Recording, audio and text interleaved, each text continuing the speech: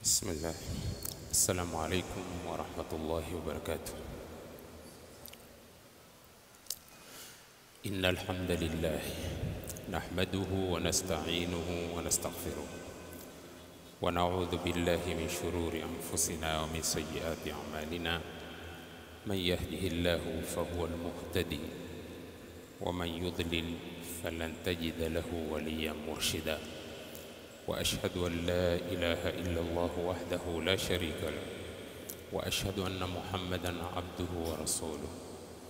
يا أيها الذين آمنوا اتقوا الله حق تقاته ولا تموتن إلا وأنتم مسلمون. يا أيها الناس اتقوا ربكم الذي خلقكم من نفس واحدة وخلق منها زوجها وبث منهما رجالا كثيرا ونساء واتقوا الله الذي تساءلون به والأرحام إن الله كان عليكم رقيبا. يا أيها الذين آمنوا اتقوا الله وقولوا قولا سديدا يصلح لكم أعمالكم ويغفر لكم ذنوبكم ومن يطع الله ورسوله فقد فاز فوزا عظيما. فإن خير الحديث كتاب الله وخير الهدي هدي محمد صلى الله عليه وسلم وشر الأمور محدثاتها وكل محدثة بدعة وكل بدعة ضلالة وكل ضلالة في النار. أعاذنا الله وإياكم من عذاب النار. وإسلام وتكوف tukiwa kwenye siku ya 7 ya 10 la kwanza, siku tukufu ya Ijumaa katika siku za Ramadhani, tukimshukuru Mwenyezi Mungu kwa hilo. Tukiwa kwenye muhadhara ambao muhadhara wa leo nimeugawanya sehemu mbili, na naweza kusema ni katika mihadhara maalumu wa leo unaohusiana na aya ya kwanza mpaka aya ya 3 katika suratul Maida, na sehemu ya pili ni muhadhara nitakaofanya kesho tukiwa hai kwa inwan kaifa nufassiru alqur'ana au kaifa nufassiru kitab Allah azza wa jalla, vipi tunaitafsiri Qur'ani, tunatakiwa tuitafsiri Qur'ani vipi. Lakini leo kwa mujibu wa hii aya ambayo nitaitafsiri, kwa nini nizichegue aya hizi? Kwa sababu kwenye mitandao ya jamii kumejaa mazungumzo, kila mmoja alivyozungumza kuhusu hii aya, kurekebisha maana ya aya na kurekebisha alivyoitafsiri hii aya, yoyote aliitafsiri kwa namna hii. Nikasema hii aya na mimi niitazame, niandame vitabu vya tafsiri, niangalie lengo la aya lililenga wapi, na alivyolengesha yoyote aliyoitafsiri aya hii. Kati ya tafsiri tunazoziona kwa mufassirun na tafsiri aliyoitoa kiatakavyo, je, alikuweko katika sawa ama aliikeuka aya itakiwavyo? Ilivyo kwenye utangulizi,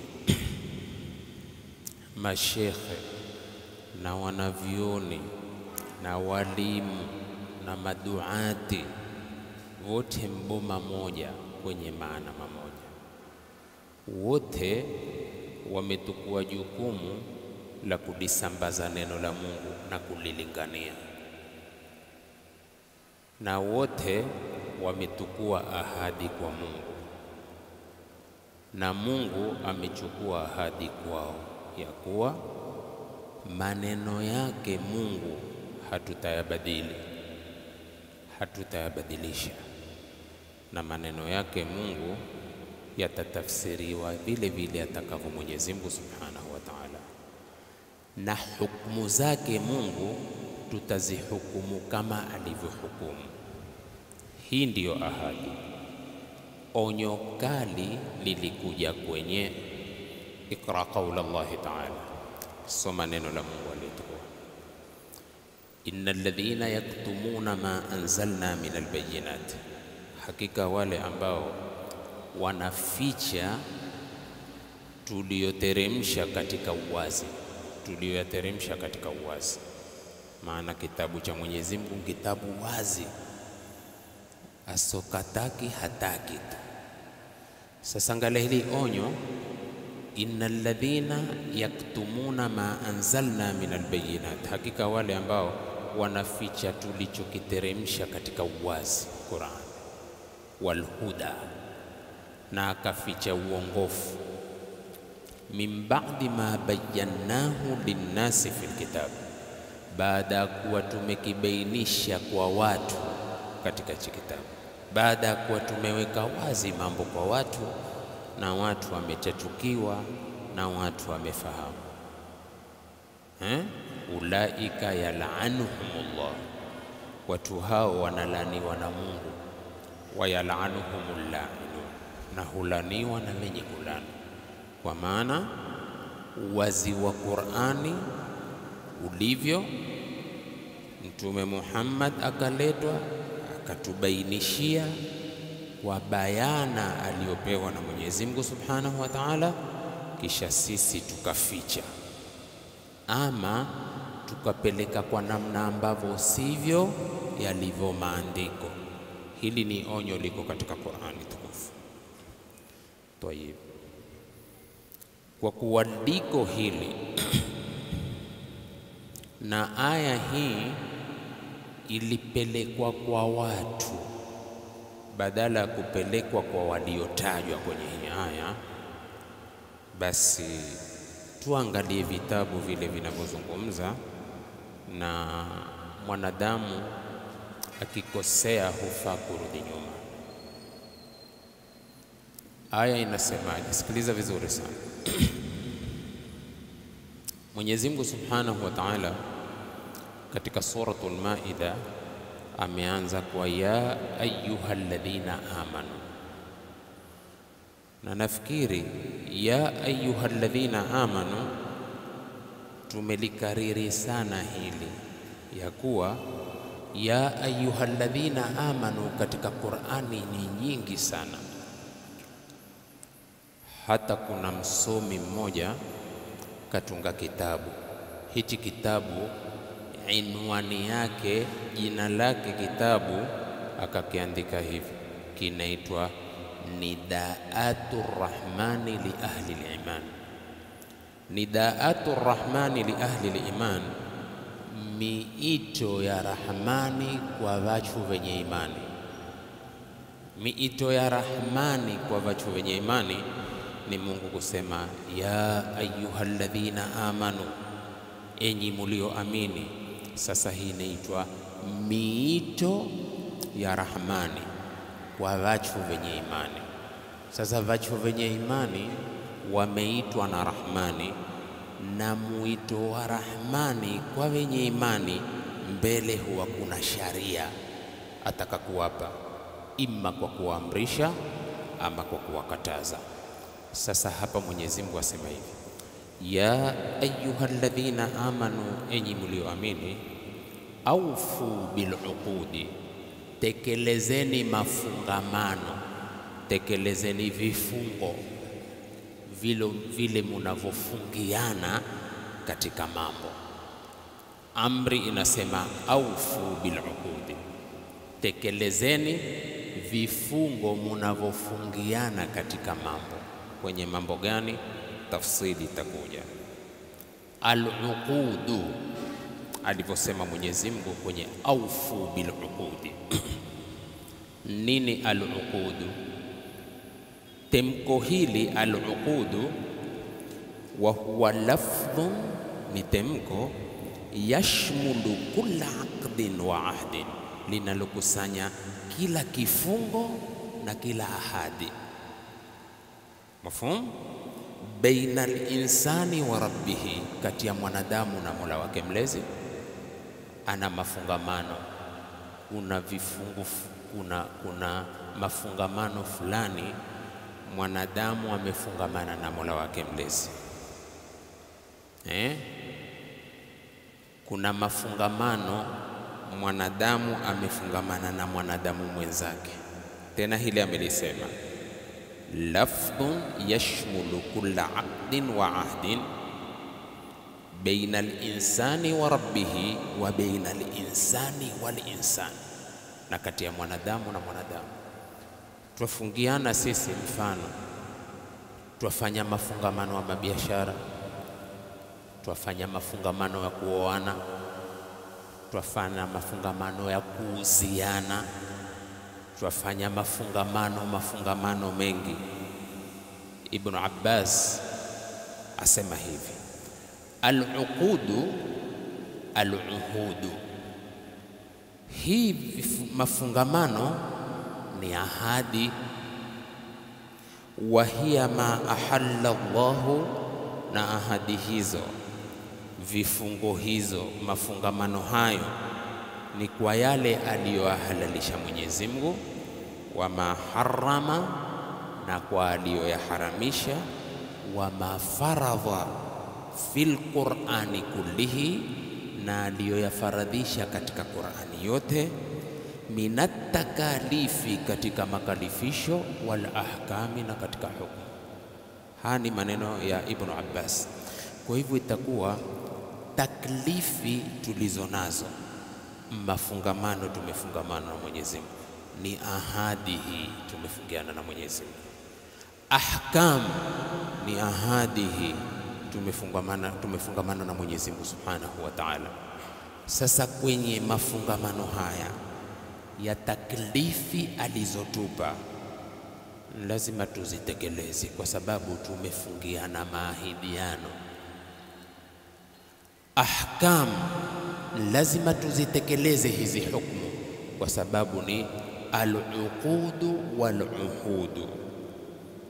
Hadha al-qawl, qawli hii ikhtarahu at-Tabari wa-Zamakhshari, amechagua mufassir al-Imam at-Tabari kisha al-Imam az-Zamakhshari. Az-Zamakhshari ni sahibu al-Kashaf, ana kitabu chake cha tafsiri anakiita al-Kashaf. Sikiliza vizuri. Wal arjahu, na kauli nzito yenye nguvu sana, al-umumu, ni hili temko kuenea maana, kwa maana liingie kwa maana mengi, lisifungwe kwa maana mamoja. Fahuwa amru, itakuwa ni amri. Ipi? Ya ayyuhalladhina amanu awfu bil'uqud, itakuwa ni amrun bilwafai, ni amri ya kutekeleza, bikulli aqdin, kwa kila kifungo. Wa huwa ikhtiyaru sahibi al-bahri al-muhit, tafsiri hii ndilo chaguo la mwenye tafsiri inaitwa al-bahru al-muhit. Kuna tafsiri kubwa inaitwa al-bahru al-muhit, ni ya Abu Hayyan al-Andalusi, ndiye mwenye tafsiri hii. Pia amesimama msimamo, tekelezeni mafungamano yaingia kwa umumi, mafungamano yote tulofungamana na Mola wetu, na mafungamano yote walofungamana wanadamu kwa wanadamu. Tayyib. Wa jam'un min al-mufassirin, na mkusanyiko wa wana tafsiri wamesimama msimamo huu. Ibn Aslam asemaje? Ibn Aslam asema hiyo aufu biluqudi, sikia vizuri, Mungu kusema enyi mulioamini tekelezeni vifungo mulofungamana. Aufu biluqudi hiya sittatu, akasema ni mambo sita. Watu wana mafungamano kwenye mambo sita. ahdullahi, ahadi ya Mungu. Kuna ahadi ya Mwenyezi Mungu Subhanahu wa Ta'ala tuloichukua kwake, tuloahidiana. Na mwenye kuahidiana na mtu tu, mbali kuahidiana na Mungu. Sharia ya ahadi kwa walioahidiana ni kufanyeje? Naam, ni kutekeleza ahadi, au si? Sharia ya ahadi wa wawili walofungamana kwa ahadi ni kuitekeleza ile ahadi. Mwenyezi Mungu ametuahidi kututia peponi kwa ahadi ya kumtendea. Sasa tukitekeleza ahadi ya kutenda, tutatekelezewa ahadi ya kulipwa. Mafahamu? Sikia vizuri. Ahadi ya kwanza, wa aqdul halfi, pana kifungo cha kiapo. Ukiapa umejifunga kwa jambo. Mafahamu? Ukiapa kwa jambo uliloliapia umelifunga nalo. Sasa kuna sharia ambayo imewekwa kwa yanayohusiana na viapo, kwa hivyo ni kifungo pia hiko. Tatu, kuna wa aqdu sharikati, kuna mafungamano ya ushirika. Tunataka kufungua biashara pamoja. Mafahamu? Sasa hao ni mafungamano, lazima mukae muwekeane ahadi kwenye kushirikiana kwetu katika hii biashara.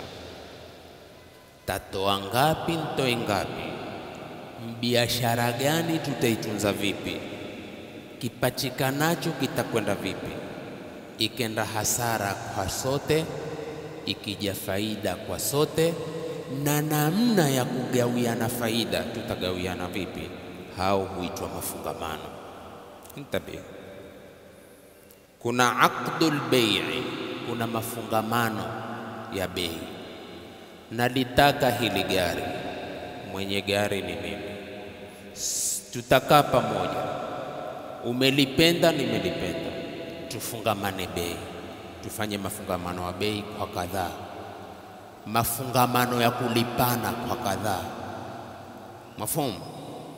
Bila ya riba, bila kupunguza, bila ya kuzidisha. Hayo pia huitwa mafungamano mengi. Kuna kufungamana kwa majumba, kuna mafungamano ya kukodisha, kuna mafungamano ya viwanja, kuna mafungamano chungu mzima. Yote hiyo huitwa mafungamano. Songa mbele. Wa aqdun nikahi, kuna na mafungamano ya ndoa. Mafungamano ya ndoa kufungamana mwenye kuoa na mwenye kuolewa. Na tukisema mafungamano ya ndoa, mwenye kuoa na mwenye kuolewa, ni kukubali mwenye kuolewa na kukubali mwenye kuoa. Si kwa kuwa waate wenye wakafanya mafungamano vitotoroni na mabichi na mivunguni na gizani na masakafuni. Hapana.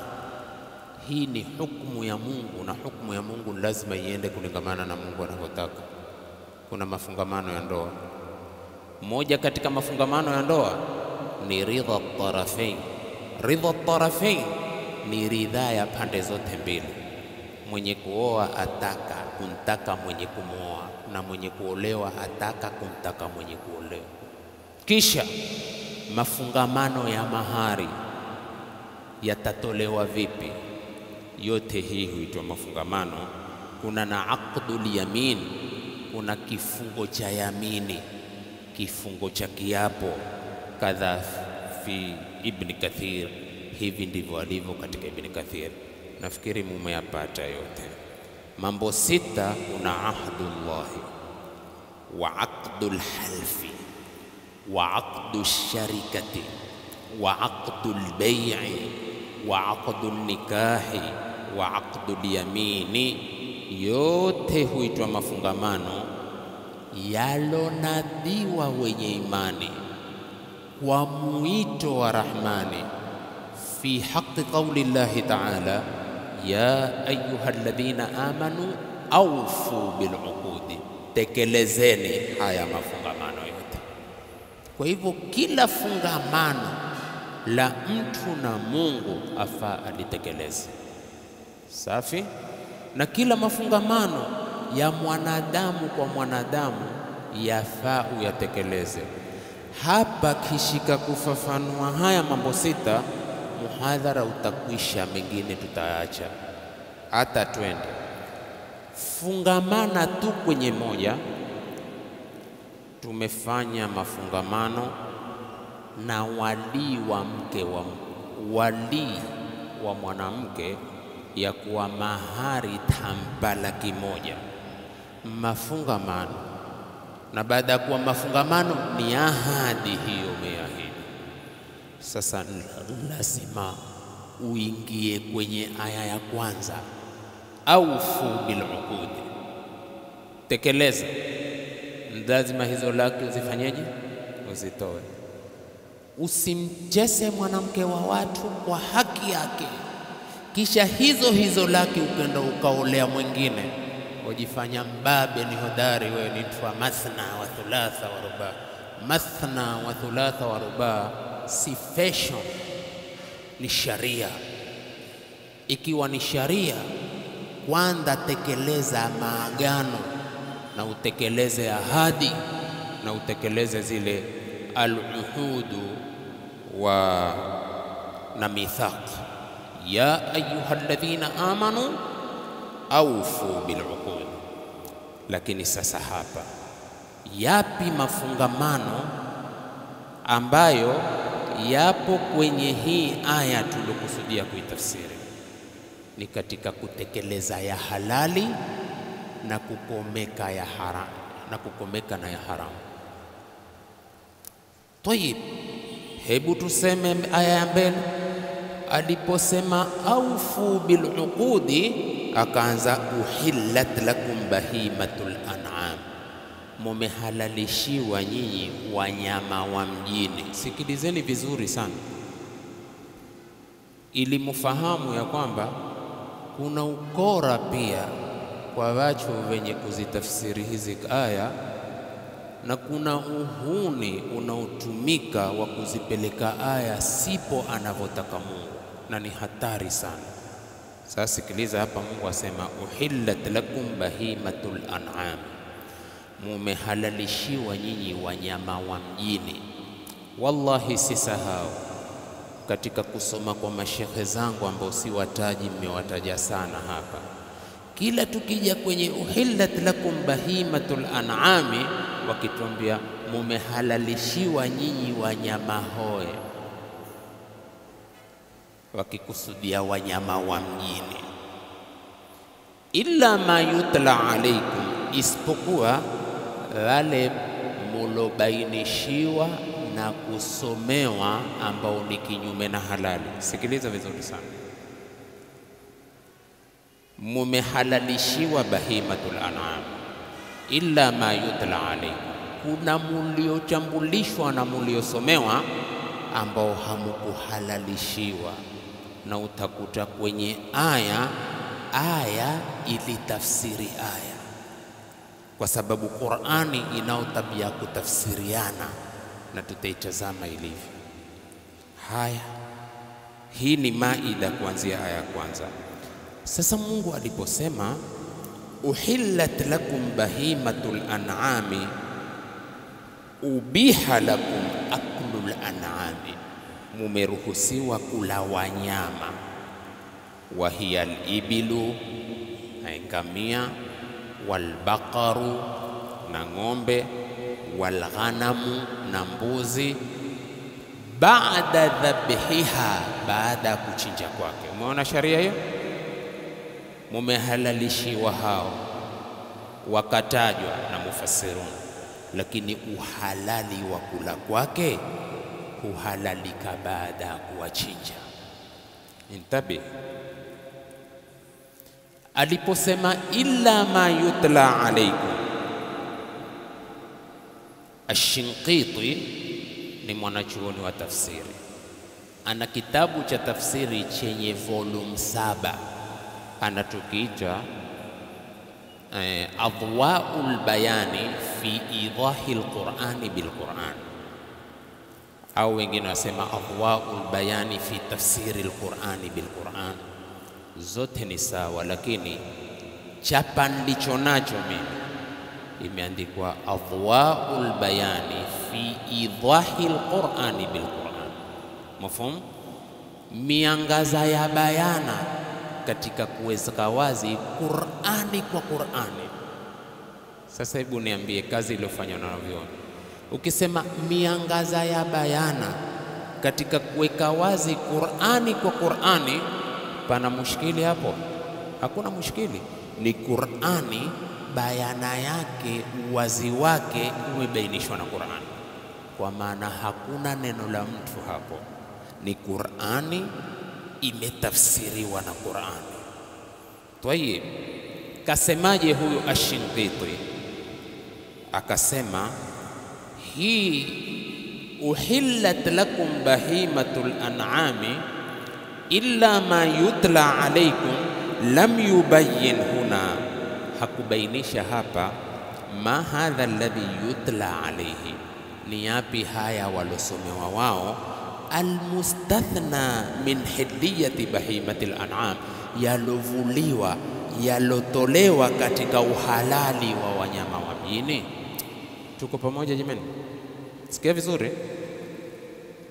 Si Mungu amesema ya ayyuhalladhina amanu, enyi mlioamini, aufu biluqudi, tekelezeni, kamilisheni mafungamano mulofungamana kati ya Mungu na mwanadamu na mwanadamu kwa mwanadamu. Sharia ikaja nyuma ya nidai, sharia ikaja nyuma ya mwito, kwa sababu Mungu akiita waumini mbele, huja sharia yafanya ama sifanye, ni halali ama si halali, ni maamrisho ama si maamrisho. Jemeni, sasa hapa sema aufu bil uqud. Sasa ikaja ile sharia akamwambia uhillat lakum bahimatul an'am, mumeruhusiwa kula wanyama wa mjini, ngamia, ng'ombe, mbuzi, illa ma yutla alaykum, isipokuwa mulosomewa nyinyi, kwa kuwa hao hamukuruhusiwa kula. Ndipo Shinqiti sasa hapa kauka akasema kwenye aya lam yubayyin huna, hapa kubainisha ma hadha alladhi yutla alayhi, ni lipi ambalo hawakusomewa wao, almustathna min hilliyati bahimatil an'am, ulotolewa katika uhalali wa wanyama wa mjini. Walakinahu, Shinqiti asema lakini, bayanahu biqaulihi, alibainisha kwa neno lake, alibainisha kwa neno lake. Imagine kwenye aya hii hurrimat alaykumul maitatu, na wallahi ukifungua msahafu anza kuanzia mwanzo wa suratul Maida, ya ayyuhalladhina amanu awfu bil uqudi uhillat lakum bahimatul an'ami illa ma yutla alaykum ghayru muhillis saidi wa antum hurum, paka utakuja kwenye hurrimat alaykumul maitatu, safi, mumeharamishiwa nyinyi kula maiti.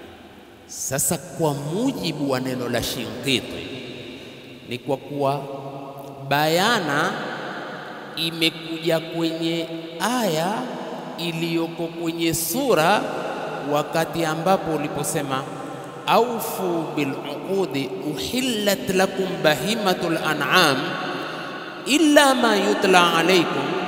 Kwenye aya hapa ilikuwa kuna kitu kinaitwa mubhamun, wa mubhamun hasba al-usuliyina huwa ma tawaqqafa an fahmi al-murad, ni kitu ambacho kimesimama kujua kusudio. Idhan yahtaju ila al-bayan, yahitajia bayana. Hiyo illa ma yutla alaykum ni kina nani? manake ng'ombe, mbuzi, ngamia uhillat lakum. Sasa illa ma yutla alaikum, isipokuwa mulosomewa. Kuna wengine vitu vingine tumesomewa, tumepewa bayana ya kuwa hivi kula si halali katika chakula safi, ikaja bayana kwenye aya hii shinkitokasema. Hata Muhammad Ali Sabuni pia akataja hivyo hivyo, asema hurrimat alaikumul maitatu. Sikia sasa, mumeharamishiwa nyinyi kula maiti. Sasa kula maiti hapa ina maana maiti gani? Mulohalalishiwa kwa kuntinda ng'ombe, mulohalalishiwa kwa kuntinda mbuzi na ngamia, ni halali. Hao wakifa bila kutindwa, ishakuwa maiti kwenu nini, ni haramu kufanyaje? Bayana ni aya, imebainishwa na aya. Haitaki ufundi wa mtu aliyosoma Saudia wala mtu aliyosoma Yemeni kabisa, kwa sababu bayana iko wazi kabisa. Ng'ombe umentinda ni halali kumla, amekufa bila kuntinda ni maiti haliki, ni haramu. Wadama, na ni haramu nyinyi kula damu. Bayana yake haramu kula damu, mafhumu? Kwa sababu damu ina hukumu ya unajisi. Ipi? Damul masfu, damu yenye kutiririka. Damu yenye kutiririka ni damu gani? Nyama wa udhihia ukintinda, ile damu inayotiririka ile ni najisi. Lakini huu nyama, kuna damu zinazobaki kwenye mishipa katika kuntunatuna kwako, ile si haramu. Damu yenye kutiririka ni pale unantinda, ikiingia pahala ikinini unaosha. Safi jamani? Tayib. Wadam, isipokuwa damu mbili, ina maana pia babepata bayana. Huna kipembe cha kufanya ufundi katika Qur'an, hata kama umesoma wapi. Angalia hapa damu, ad-damul masfu tumeijua. Kuna na damu kubaki kwenye nama katika kuntuna huwa nini, hana shida. Na damu mbili tukahalalishiwa, ndizo ni halali sisi kulini. Gani na gani? Maiti mbili, si maiti tumeharamishiwa, lakini ukaambiwa maiti mbili ni halali kula. Maiti gani? As-samak, maiti ya samaki. Ndio na samaki achuvatindi sisi, tukivatoa wapara tukawachia karaini, tamu kweli kweli.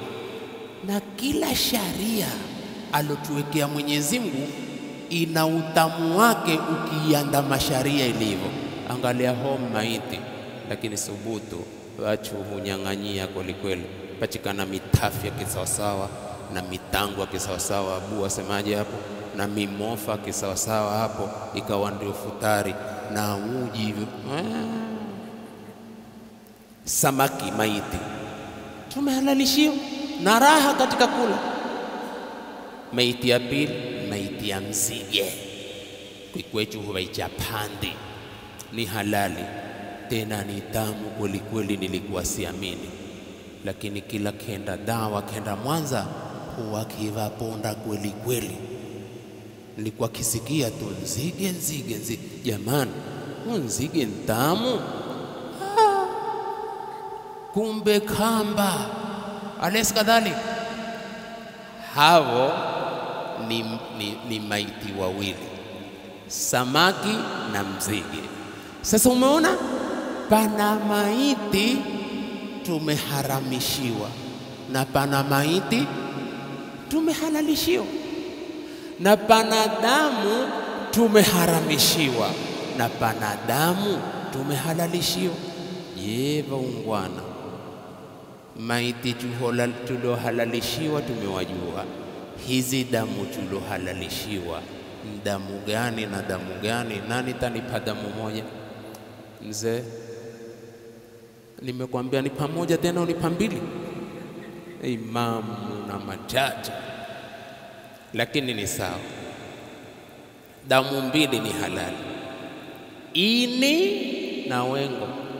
Damu si damu hizi tumehalalishia. Ndipo ukaona watu hawana wasiwasi katika kula maini wala katika kula.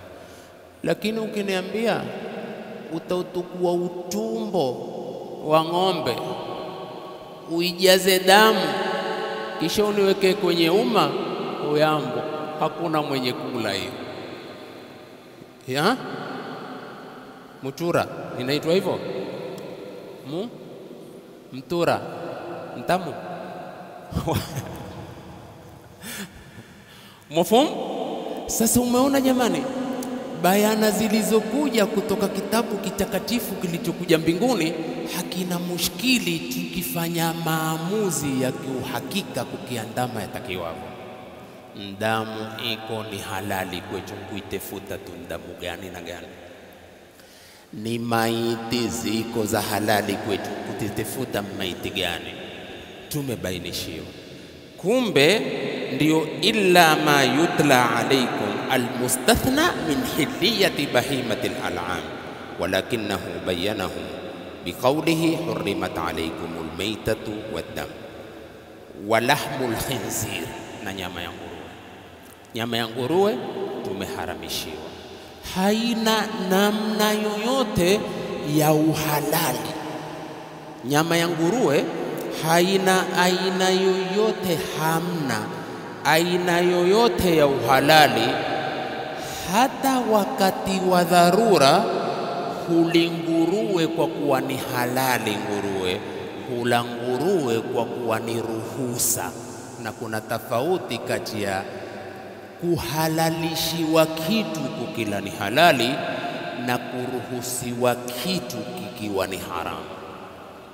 Pale tunapokula watwala ni haramu nguruwe fil asl, lakini tumeruhusiwa la haramu kulifanya inda dharura, wa inda dharurati tubihu almahdhurat wa dharuratu tuqaddaru biqadariha.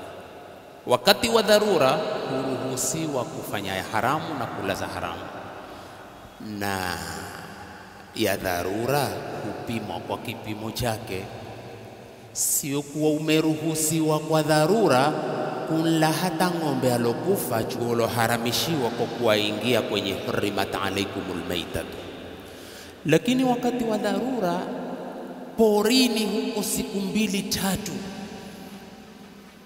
umekonda kwanda, hakuna namna nkufa tu ng'ombe ho mwanzo kukajaru, waambiwa waruhusiwa. Na kwenye kuruhusiwa kwake kukafungwa kwa miko ya misingi na siligi kikwetu, na siligi za sharia. Kwa nini mmetumia siligi? Siligi ni zile vyuma, chuma, nyaya ambazo huwa zikisukwa kwenye boma. Alesi kadhalika. Sasa kuna chuma cha siligi mwembamba, huyo akichegeshwa nguruwe akishikwa ama nyama yoyote akishikwa, anasarenda kusalim amri, kulala tu. Akifanya ukora atitaka kujisaidia, kile ukitaka kujisaidia siligi ufanyaje? Huwa kifinya, ukishtuka mkono unawacha hapo uende nusu. Sasa nikitumia kinaya, kitu kiwe kimesukwa kwa siligi ni kwa kuwa kimesukwa maridadi, na sharia yetu imesukwa kimaridadi. Huna namna ya kupeka mkono wako, wala namna ya kutumia kitwa chako, wala namna kutumia uhodari wako, wala namna kutumia hamasa zako, wala namna ya kutumia ukali wako kwa kuipenda mno sharia, basi ukafanya mapinduzi kupinda kwenye aliloliweka wazi Mwenyezi Mungu. Hakuna bayana kama hii. tumeona maiti, waambiwa sasa kula kwa kuruhusiwa.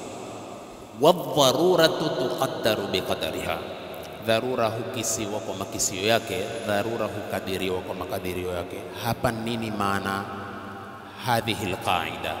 Kaida hii inasema utapima kwa kipimo chako kiasi dai ilivyonishika mimi hapa, nsipotia kitu mdomoni takufa tu.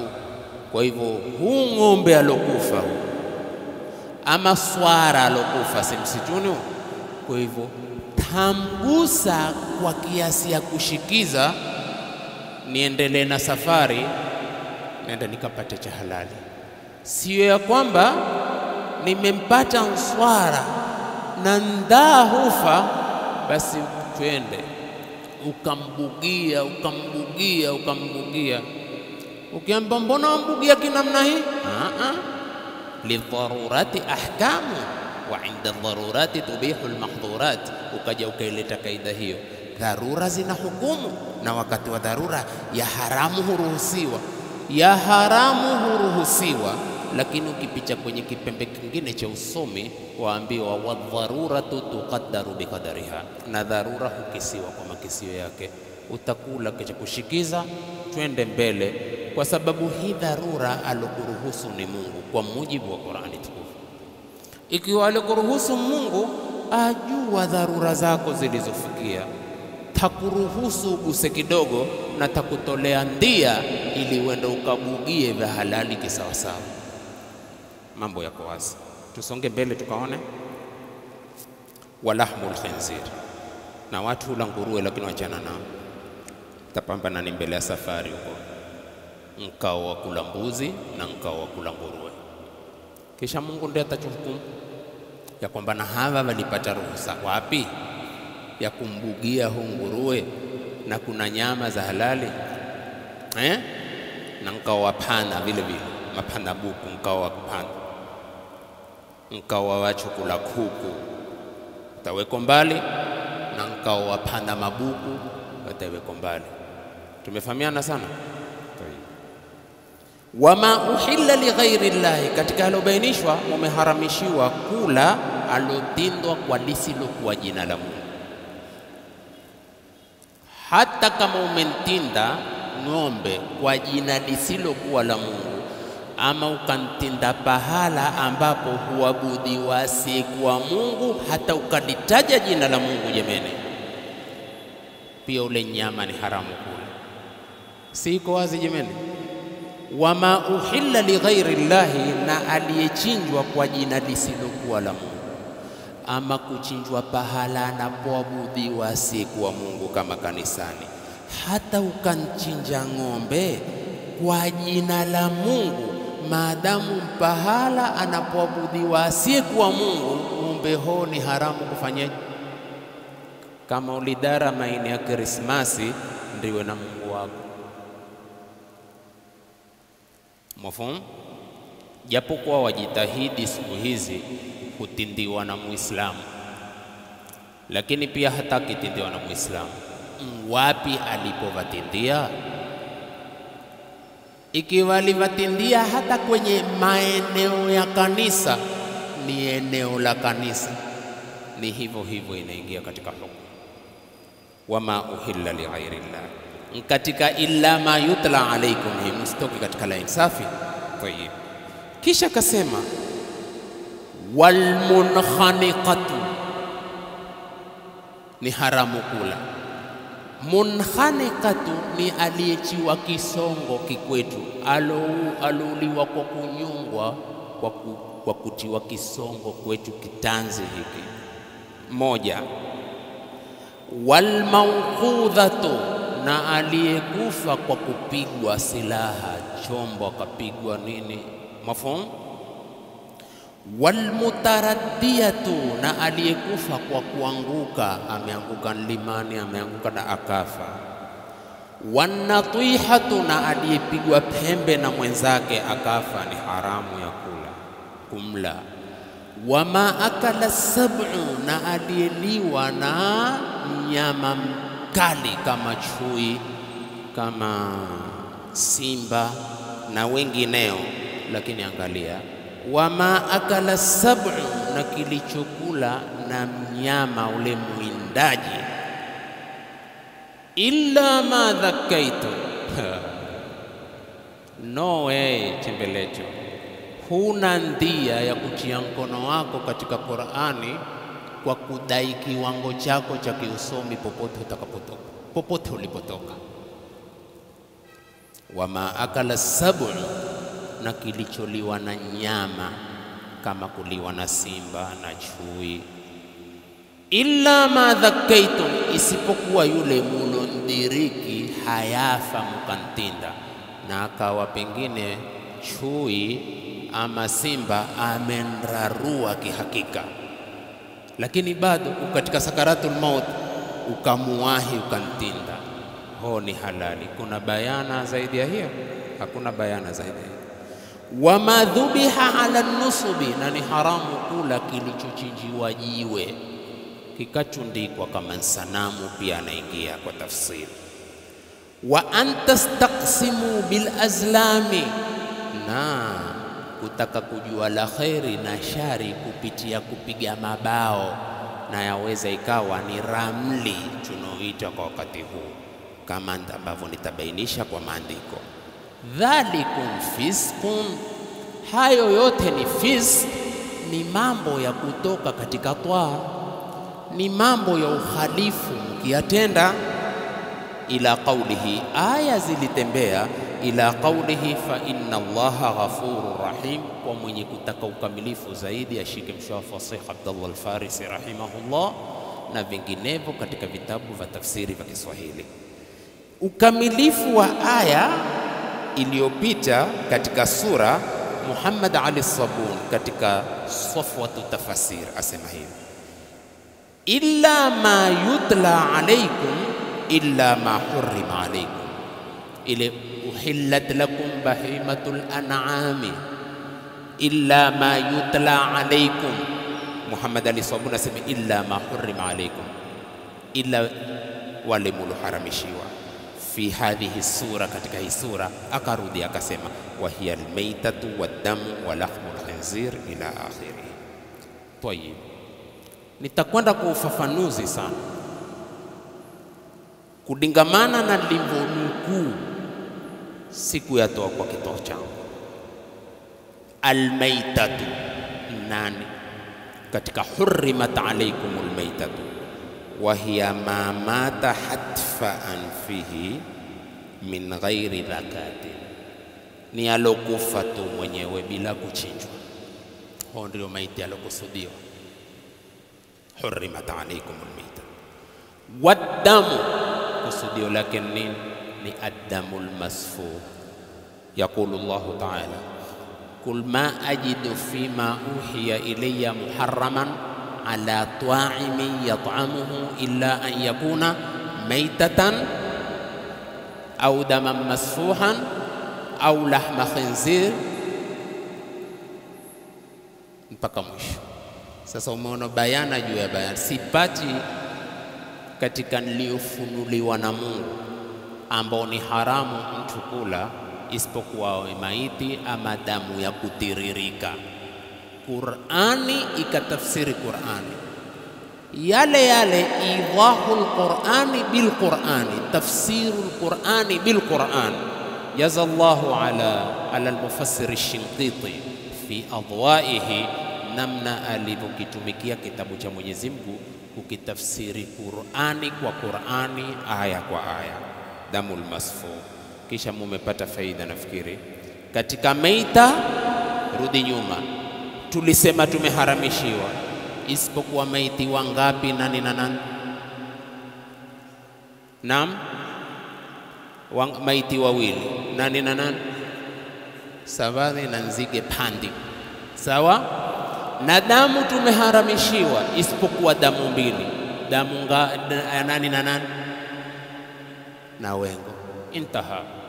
Sasa ukienda kupewa paipu ya damu imekangwa, ndio na Mungu wako. Tumefahamiana sana, kwa sababu bayana tayari ishatoka wazi. Tayib, sasa kuna walahmul khinzir. lahmul khinzir haramun biainihi, ni haramu mwenyewe khinzir, hatta walau dhubiha bitariqi shar'i, hata ikiwa tatindwa kwa njia ya sharia. Kanshika nguruwe kwetu mchanguve, ukamwelekeza kigula manake ni darinna, kisha ukakichia makati bismillahirrahmanirrahim Allahu akbar, hata kama umepiga bismillahi kwa nguruwe, mafhum, hahalaliki, kwa sababu huwa haramu biainihi, mwenyewe ni haramu. Walau dhubiha bitariqi shar'i, ndio ufafanuzi wa aya jameni. Wama uhilla li ghairi llahi, na kilichochinjwa si kwa jina la Mungu, ama kuchinjwa pahala anapoabudiwa asiyekuwa Mungu. Hapa tawdhihi imesema nini? Ay ma dhukira alayhi ghairu ismillah, yule ambaye ametajwa jina lisilokuwa la Mungu, au dhubiha li ghairi llahi, ama kachinjwa kwa asiyekuwa Mungu, hata kama umenchinja kwa jina la Mungu. Na kutinda kwa jina lisilokuwa la Mungu, mimi nimeambiwa ninchinje ng'ombe wangu kwa sababu rohani ametaka ng'ombe ninchinjie nini, hata ukasema bismillah, lakini hukunchinjia ulilolitaja jina lake, umechinja kwa ho Mungu wako. Hapa watu takawawe makini kweli kweli. Si masala nataka kufungua gari mpaka nchinje, nataka kutimba msingi wa nyumba mpaka mwage damu kwenye nyumba. Ukiambiwa mbona mwaga damu, huwa mwagia wenyewe, kikwetu sema huwa kumwaga damu kuwa mwagia weneve. Maghrura anta, mwenyewe nani? Hiyo ploti aloinunua nani? Aloinunua jini. Na kama ulikwenda kwa jini kwambia nipanami pesa, nitaka kununua ploti, jini alikwambia kwanza nipe mamako nile, ungelinitoa mama, hakukusaidia kwa chochote. Leo unakuwa mushrikun, kutimba kwako msingi mpaka umwage damu, achi kuna wenyewe. Sasa mbona watimba hujenga wewe vate veneve? Usubuhi tukiinuka pale mvibarua tu va kijini na mama wa chapachi wale, kwa sababu ukijengwa nyumba sikuweko mama upeleka mabuli ya chapachi ivenjini kwa majini venye kuchai venye uji jamani, mutachuchomoa nyisha. Lakini iko wazi, si ndio? Mimi nitaka ufafanuzi tu, mufafanukie. Kisha Mungu akasema wal munkhaniqatu, pia ni haramu kumla. Hiya allati tukhnaqu, ni yule anayenyongwa bihablin wa shibhihi, kwa kamba ama mfano wa kamba. Kuna kunyongwa kwa kamba, kuna kunyongwa kwa namna nyingine, ndiye almunkhaniqa, ni haramu kumla. Mafhum? Wal munkhaniqa. Kisha kuna al-mawqudhatu. Al-mawqudhatu hiya al-madhrubatu bi'asani, alopigwa kwa fimbo, piga rungu chini akafa, au hajarin, au kampiga jiwe akafa, ni haramu kumla. Wal mutaraddiya, mutaraddiya ni nani? Wa hiya allati tasqutu min jabalin, ni aloanguka jabalini, wanahawihi, na mfano kwenye jabali, haliwi huo. Siku moja sisi tulikuwa tutoka Garseni kwa dawa. Sasa tukao twarudi mwendo wa saa moja ikifunga giza, kama mumetaamali ule mwanya wa Garseni wafuatia Malindi, kukingia giza pahuwa wengi uruka barabara hii, wakiingia huku wakiingia huku, si ndio? Basi siku moja akiruka tunaye tukamgonga ule, akaweka breki, kimbia, lakini ilikuwa ni kupoteza wakati. Sote twakimbia, ilikuwa kwenda kumwangalia akacha vuruhu, hakuna kwenye kisu, tutankacha kwa hiki. Basi akafa hapo hapo. Basi ile gari kupiga breki, tumeteremka, jamaa wawili, sikuna vijiundule ni makao ya watu tena, bwana tupatieni sisi.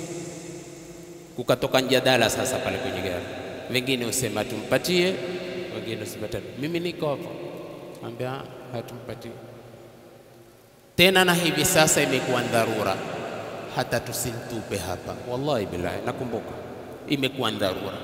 Tukimwacha hapa tumeondoka, hatukunla sisi ni maiti, lakini hutatukwenda kufanya, itakuwa tumechangia pia katika hilo. Tulintukua tukasafiri naye mpaka tena tuingia msini, ni karibu Malindi sijui wapi, akashuka mmoja akamkurusha pikipiki kwenye msitu, masala kuishi. Wazi jamaa? Tayeb. Haya, wa ma akala sabu wanatihatu, tuko wanatihatu, stahimili tumalize hapa, nzuri sana. Wanatihatu hiya natahatha bahimatun ukhra, ni alopigwa pembe na nyama mwingine, famatat binudhi, akafa kwa pembe. Ho ni haramu kufanyaje? Kunla safi. Wama akala sabu, na aliliwa na mnyama mkali, simba, chui, mwingineo. Ay akala ba'dahu as-sab'u, baadhi ya yule nyama akaliwa na nyama, isiwicha nyama mbuai, katika wanyama wale wakali vadhevechucha hivi. Famata, akafa. Sehemu tu akamla, kama simba anao ukora huo pia, akishika mnyama atachegua anazozitaka, kisha nyama atafanyaje? Atamwata. Atavatia alfuqara wal masakin, alfuqara wal masakin kinafisi, nafisi ndiye fakiri wa mwisho, hata si maskini ule mfakiri. Manake kadhi yake ukitidhie maisha yake maisha kuochea tu, ambao hao maisha kuochea kwa wanadamu, nao tunao mafisi, kwa hatuna wanadamu tunao mafisi kwa wanadamu, maisha yao maisha kuochea tu. Nafisi sijamuona hafanyi kazi mnyama ule, yeye ameandama wanaume tu, akianguswa tena una na desturi huandamana nkao, wakataka kufanya na vita kati yao na simba, kumpoka ambao si chao. Na machezo hao kwetu tunao, lakini hata ni hapo chuocheeni mpaka chufe. Nasi mkweli sitaki, lakini kusema mangi kwa kuocheana kwetu ateni hivyo. Nimewaambia tuocheeni, hakuna wasiwasi. Mkichunyakua mtatuambua, kilichobaki tutakwenda kufuka bendeni. Kesho tukuka tena barabara, mtuambue tena, tukirudi tutakwenda kufunga nini? Wama akala sabu, akala ba'dahu as-sabu famata illa ma dhakaitun, isipokuwa mulompacha mukantinda, mulondiriki mukantinda. Tafsili inasemaje? Illa ma adraktum fihi ruhu, isipokuwa yule mulondiriki na roho yake, mukaenda nyama amenit. Anao desturi, tukiangalia yani zile picha za wanyama, mimi ni mmoja napenda mno hizi picha za wanyama, namna wanavorukiana, wanavovindana. Nimemuona simba una wakati mwingine hana haja ya nyama, lakini humrukia tu, akansonga kisha akamwata, na pengine akatata akafa, akapatikana na watu wengine. Anao ujagina huu. Tayib, sasa illa ma dhakaitum illa ma adraktum fihi ruh, isipokuwa yule mulompacha na roho, karukiwa na simba kisha kamwacha. Sasa kama hutata, hata kama ameraruliwa, lakini ukampacha ukantinda, alis kadhalik, taondosha za kuondoshwa. Twende kazi.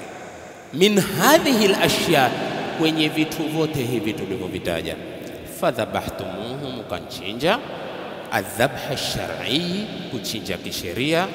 Qabla al-mauti, kabla hajakufa. Akifa hukumu si ya uhalali tena. Safi? Tayeb. Qala at-Tabari, tumalizie. Imamu at-Tabari asema maanahu, maana yake illa ma tahhartumuhu bidhabhi, nyama mufao kumla isipokuwa yule mulontwahirisha kwa kuchinja. Alladhi ja'alahu Allahu tahuran, ambaye Mungu amemfanya awe tahara kwa kule kunchinja. Angalia, kumbe kule kunchinja ndio tahara wake. Alipoendelea, wa madhubiha ala nusubi, ay wa madhubiha ala al-ahjari, walochinjwa juu ya mawe, al-mansuba, ambao yametundikwa. Hapa Qatada ni mmoja katika wafasiri asema hivi, an-nusubu hijaratu, an-nusubu ni jiwe. Kana ahlul jahiliyati, walikuwa watu wa ujahili, zama za ujahili, wale majahili, yaabudunaha, wakiliabudu hilo jiwe, wayadhbahuna laha, wakilichinjia. Fanaha Allahu an dhalika, Mungu akakataza hilo, wakichinja kwenye hilo jiwe, wakipaka damu. Az-Zamakhshari ni sahibul Kashaf, Zamakhshari asema kanat lahum hijaratun mansubatun hawla albayti, walikuwa na jiwe walilolitundika, waliloliweka ubavuni mwa nyumba, kana al-Kaaba. Yadhbahuna alaiha, wanachinja juu yake lile jiwe. Wayashrahuna al-lahma alaiha wayaqta'una, na wanakata nyama vipande vipande juu ya hilo jiwe.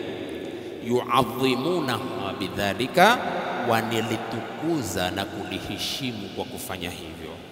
Wayataqarrabuna bihi ilaiha, na kujikurubisha kwa jiwe hilo kwa hivyo vichinjo. Fanaha Allahu almu'minina an hadha sani', Mwenyezi Mungu akawakataza waumini kufanya kitendo hiki. Yako wazi kabisa. Tunaendelea aya ikaendelea, wa antastaqsimu bil alzam bil azlami. Hii wa an tastaqsimu bil azlami, nini maana yake? Maana yake wa hurrima alaykum, mumeharamishiwa nyinyi, al-istiqsamu bil azlami, kufanya hii al-istiqsamu bil azlami ni kufanyaje? Talabu ma'rifati ma qusima lahu, ni kutaka kujua walichogawiwa. Mungu amewagawia nini? Minal khairi wa sharri, katika khairi na shari. Tumegawia ni khairi hii ama shari. Sikia vizuri, biwasitati darbil qadahi, kupitia kwa kupiga bao. Nkana mfano wa ramli kwetu sisi. Wafanyaje? Sikiza wanavyofanya. Qala fil Kashafi, Az-Zamakhshari katika tafsiri yake Al-Kashafi asema hivi, kana ahaduhum, alikuwa mmoja wao, idha arada safaran, akitaka kusafiri, au ghazwan, au kutaka kwenda vitani, au tijaratan, au kataka kufanya biashara, au nikahan, ama ataka kuoa, yanatuingia pia, au amran min ma'adhimil umuri, ama jambo lolote katika mambo makubwa mtu akitaka kufanya, dharaba bil qadahi, kupiga bao. Na bao lenyewe, wahia maktubun ala ba'dhiha, kwenye bao kumeandikwa sehemu yake, nahani rabbi, Mungu wangu amenikataza. Sikilizeni sana, tusije tukaingia katika ushirikina huo na hatuwati kuingia. Sikia vizuri sana. Lakini kwenye mfululizo wa aya unaoitafsiri, iko kwenye mfumo haramu wa wanyama, mpaka tumekuja kwenye uharamu wa al-istiqsamu bil azlam. Ndivyo sivyo? Mkufanyeje?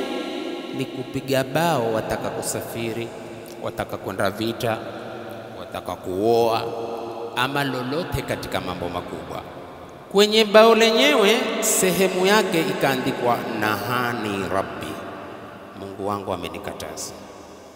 Wa ala ba'dhiha, na sehemu nyingine amarani rabbi, Mungu wangu ameniamrisha. Wa ala ba'dhiha, na sehemu nyingine ghuflun, ghuflun, kati na kati, halijulikani hili jambo ni vipi, halijulikani nsafiri nsisafiri, ni muoe nsimuoe, nende vitani nsende vitani.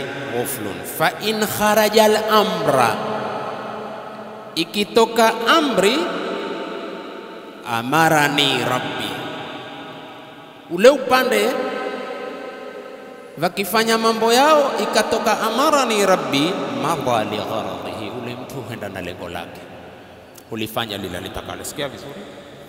Wa in kharaja nahi, ikitoka katazo, nahani rabbi, amsaka, hujizuia ule bwana, hasafiri, hafungui biashara, haoi.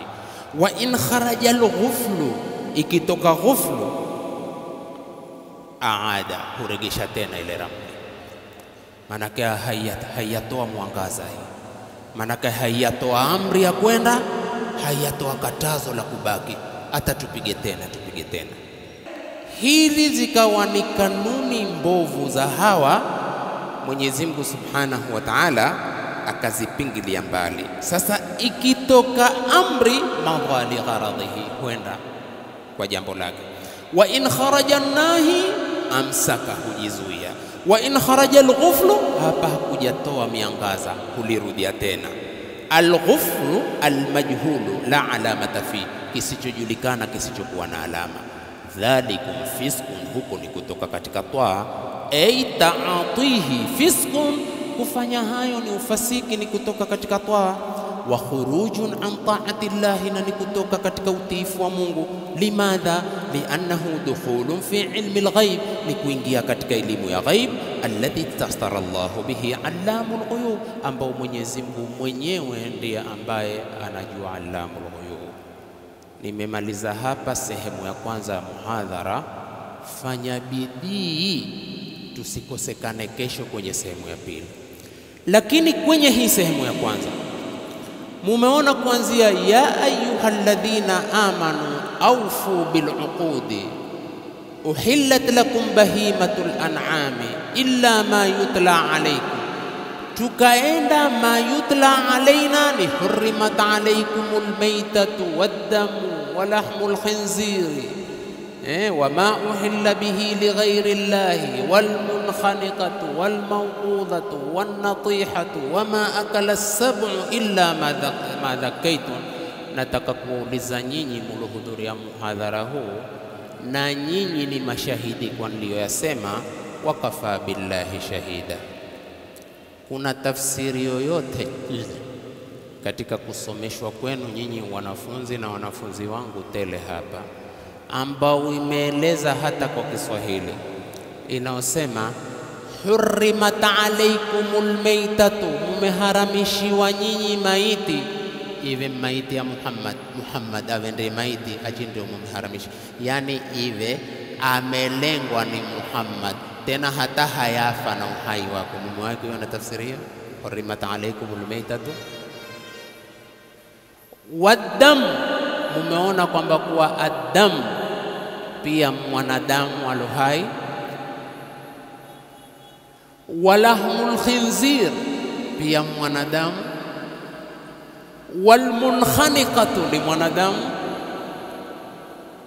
walmawqudhatu ni mwanadamu, walmutaraddiyatu ni mwanadamu, wannatihatu ni mwanadamu, wama akala sabu ni mwanadamu, illa ma dhakkaytum, wa kutindwa mwanadamu.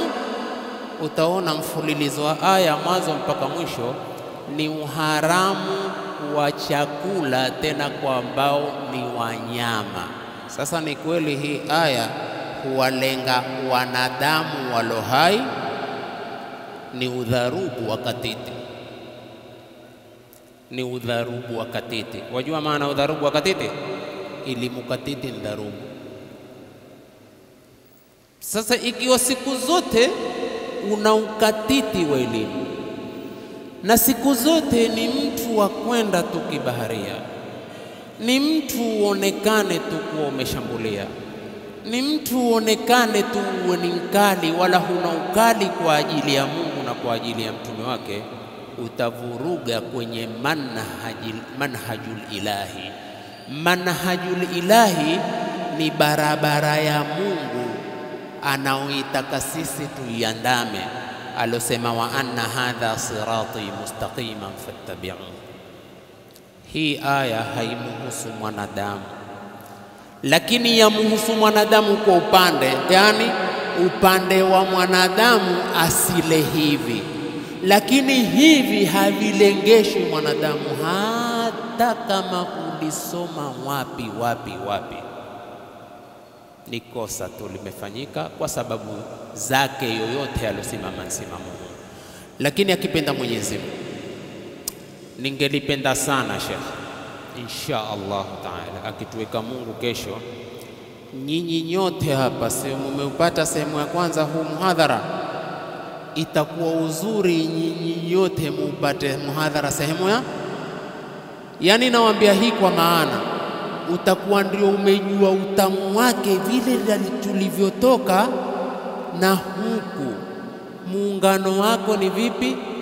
Kumbe hivi ilivyofanywa ya kutafsiriwa watu tena na heshima zao, wanavioni tena maduati, wakawa ni almunkhaniqatu walmawqudhatu walmutaraddiyatu wannatihatu. Kakoma hapa.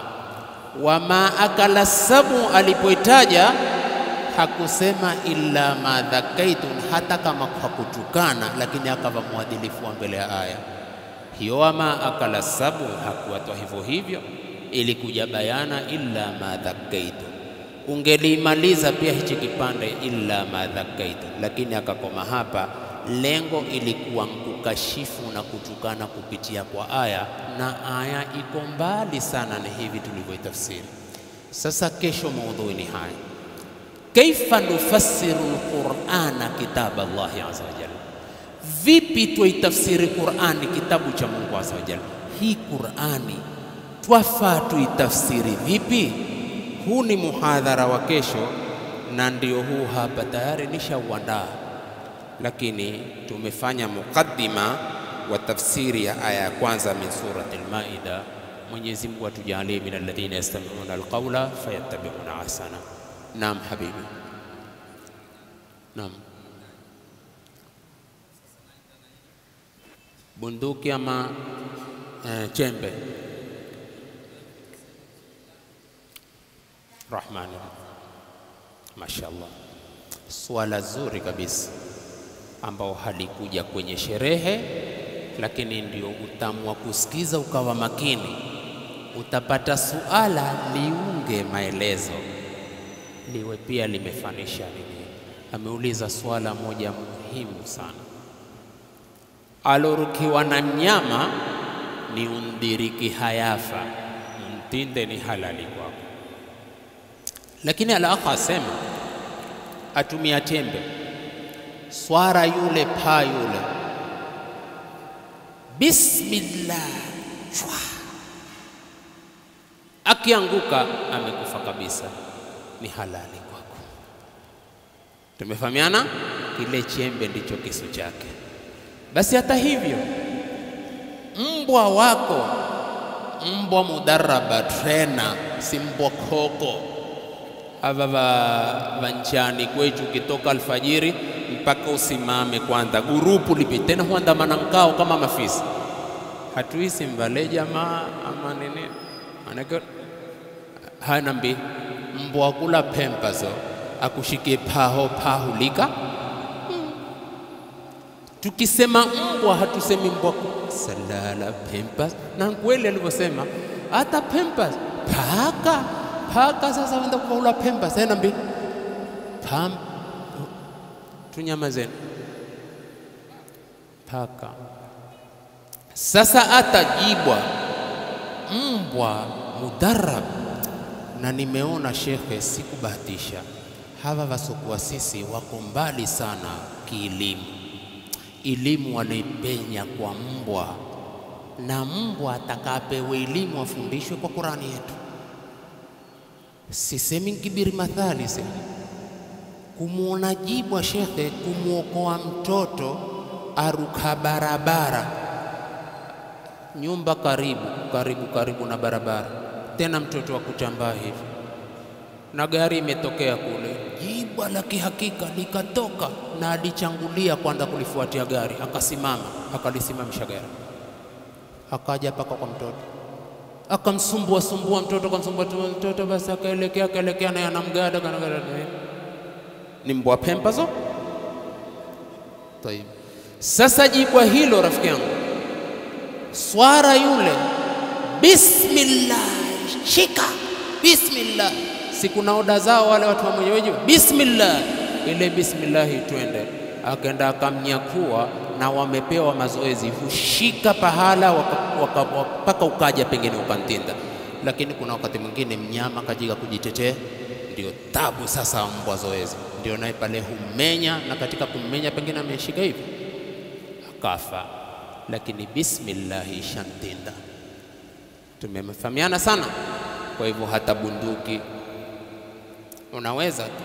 Wakati mwingine hata vijana wetu hawa wenye hizi ambao wako msituni kina kea ndugu yetu, wakati wengine wataka chakula, wana uhuru wao, sio?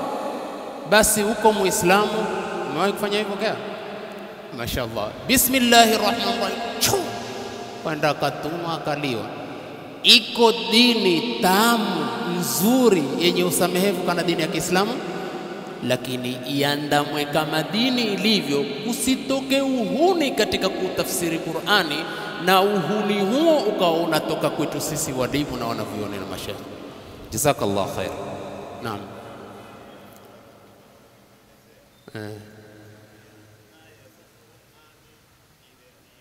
Irfa sautak.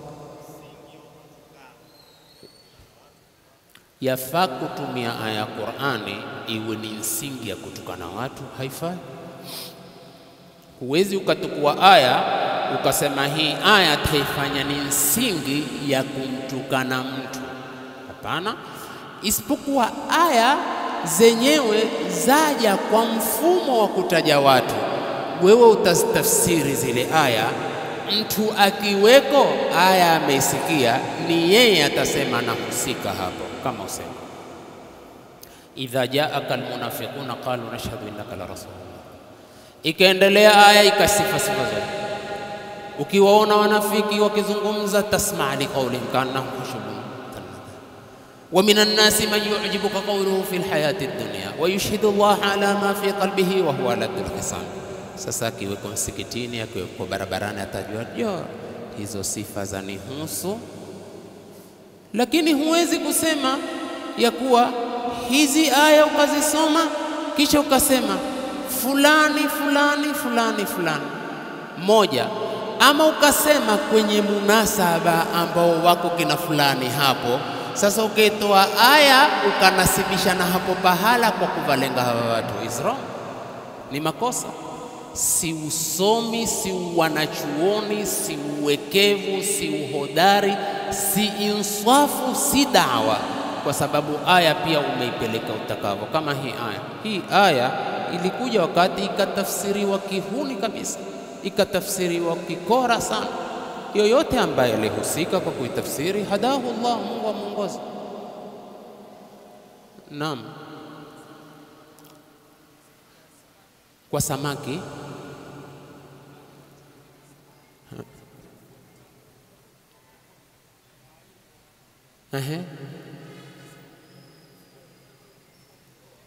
nchi ya Karaini,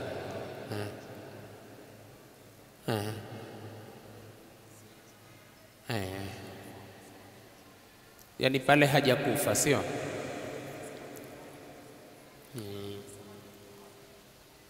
Amtinde wako wenye itikadi hiyo, lakini sisi tunaikadele manhaju sahihi tulobainishiwa na Mtume Muhammad sallallahu alaihi wasallam aliposema tumehalalishiwa maiti mbili, maneno ya kutoka kwa Mtume.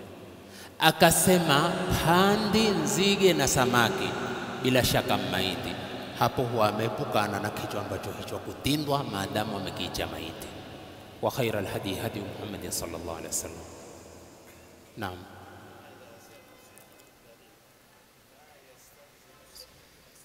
Naam.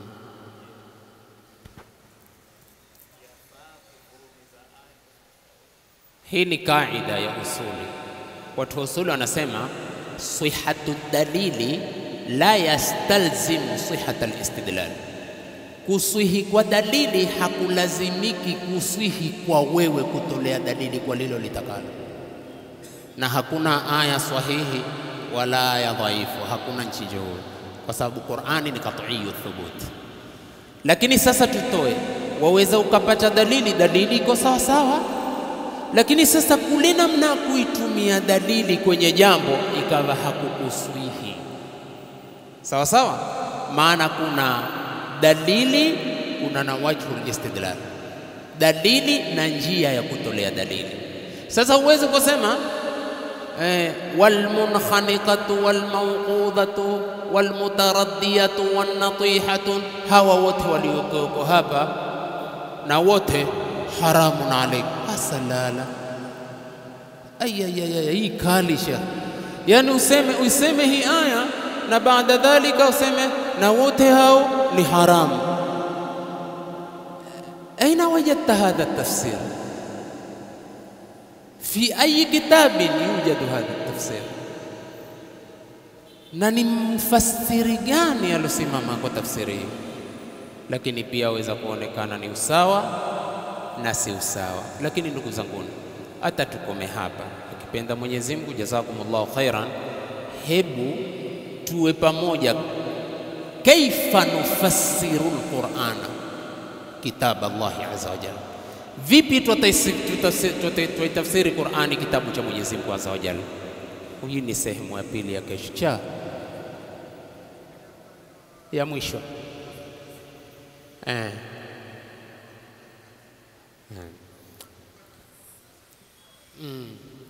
Ukitaka pakatindo venewe wasema pakatindo, lakini huku tunasema maadamu mpangilio ni kitu ambacho chatoka baharini, chatoka baharini, hata ikiwa amekufa aliwa hivyo hivyo.